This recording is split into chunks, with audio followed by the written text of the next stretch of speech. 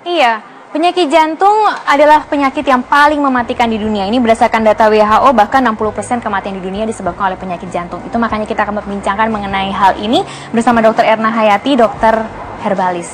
Sebelum saya sampai ke penyakit jantungnya terlebih dahulu, saya penasaran dok, dokter herbalis ini apa kemudian bedanya dengan dokter-dokter yang lain? Mungkin saya akan menerangkan satu-satu dulu ya Mbak Tantri. Apa itu herbalis, apa itu dokter herbalis, dan apa itu dokter medis, dan terakhir apa itu dokter saintifikasi jamu. Jadi ada 4 ya? Ada 4 ya.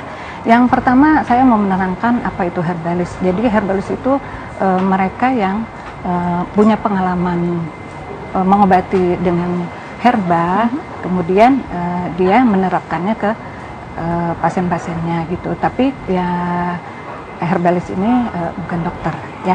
Nah kemudian apa itu dokter medis?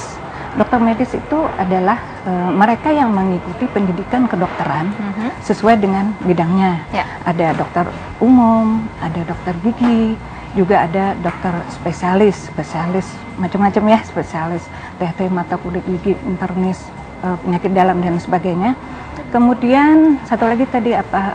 Dokter herbalis. Nah, dokter herbalis mereka mempunyai pendidikan medis, kemudian dia juga punya pengalaman, mungkin ikut pelatihan atau pendidikan herba. Nah, jadi dia juga bisa berpraktik herba. Nah, itu ya.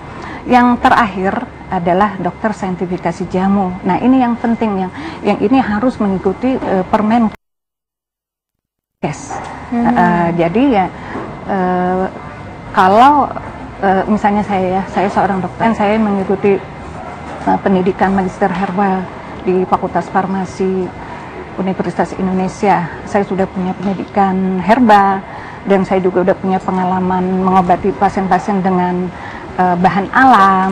Tapi untuk berpraktek herbal sendiri itu saya harus mengikuti Permenkes. Nah, jadi dokter herbalis bukan hanya sekedar kemudian mencantumkan herbalisnya, tapi memang sudah punya background secara medik, kemudian belajar lagi lebih memperdalam mengenai herbal itu sendiri. Nah, mungkin saya mau menerangkan yang terakhir tadi dokter saintifikasi jamu. Jadi dokter saintifikasi jamu ini adalah mengikuti Permenkes 003 tahun 2010 mengenai saintifikasi jamu. Isinya adalah bahwa dokter peneliti berbasis pelayanan. Kemudian merujuk lagi pada Permenkes 1109 tahun 2007, yaitu penyelenggaraan pengobatan komplementer alternatif. Jadi kesimpulannya, dokter saintifikasi jamu adalah dokter peneliti berbasis pelayanan menyelenggarakan pengobatan komplementer alternatif.